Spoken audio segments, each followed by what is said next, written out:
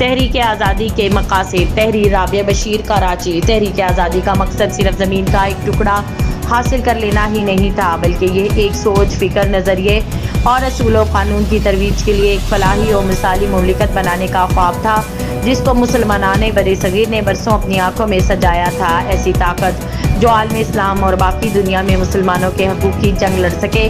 پاکستان ایک نظریہ اور مقصد کے تحت وجود میں آیا۔ قائد اعظم محمد علی جناح نے اپنے خطابات میں جا بجا اسی دو قومی نظریے اور تحریک آزادی کا پرچار کیا۔ قائد اعظم محمد علی جناح پاکستان کو ایک اسلامی فلاحی ریاست بنانا چاہتے تھے۔ بانی پاکستان اسلام سے حقیقی وابستگی رکھنے والے صاف، جرأت مند اور راست فکر رہنما تھے۔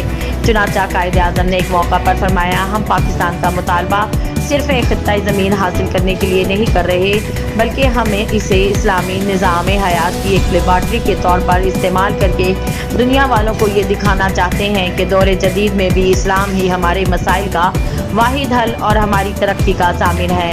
15 نومبر 1942 کو آل انڈیا مسلم اسٹوڈنٹس فیڈریشن کے اجلاس میں قائد اعظم نے ایک ایسا بصیرت افروز اور چشم کشا خطاب کیا کہ جس کی روشنی سے آج بھی تاریخ پاکستان منور ہے۔ آپ نے فرمایا، مجھ سے اکثر پوچھا جاتا ہے کہ پاکستان کا طرز حکومت کیا ہوگا۔ پاکستان کا طرز حکومت کا تعین کرنے والا میں کون ہوتا ہوں؟ مسلمانوں کا طرز حکومت آج سے 1300 سال قبل قرآن کریم میں نے بڑی وضاحت کے ساتھ بیان کر دیا تھا۔